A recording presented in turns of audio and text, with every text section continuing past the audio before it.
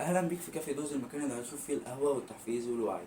لو سألتك وقلت لك يعني إيه عادات، يمكن تقولي حاجة أنا بعملها كل يوم ومتعود عليها، لكن الحقيقة أعمق من كده شوية. يعني مثلا أنت أول ما بتصحى تمسك التليفون وتبدأ تسكرول أو تشوف رسايل لمدة نص ساعة، دي تعتبر عادة. لأنك عملتها بشكل لا واعي. وصدق أو ما تصدقش، 95% من تصرفاتك اليومية بتكون بشكل لا واعي، و5% بس اللي بتكون بشكل واعي.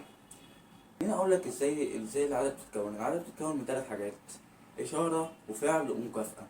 اكتسب عاده جديده، عاده حلوه مثلا، خلي اشارتها واضحه خليها سهله، وخلي المكافاه بتاعتها حلوه. يعني مثلا انت عايز تبدا مذاكره، قول لنفسك انا هبدا مذاكره بعد الفطار، فبعد الفطار على طول دي الاشاره انك بعد الفطار تبدا مذاكره.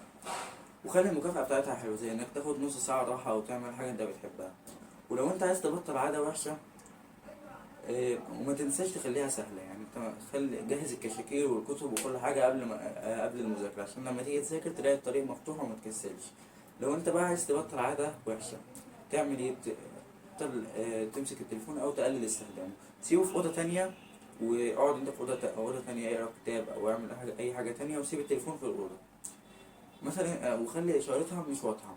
يعني انت اول ما بتصحى تمسك التليفون تبدأ تسكرول، بدل كده اصحى، خد دش واغسل وشك واغسل سنانك وكده على طول، بدل ما تبدأ بالتليفون. كده انت بدلت العادة بعادة تانية، انت لو ما بدلتهاش عمرك ما هتبطلها.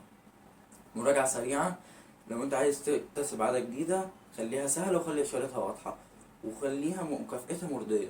ولو عايز تبطل عادة وحشة، خليها صعبة وخلي اشارتها مش واضحة. وكل الكلام ده جاي من كتاب العادات الذرية او ذا اتوميك هابتس. وبس، كان معكم يوسف من كافي دوز، وما تنساش بعقلك.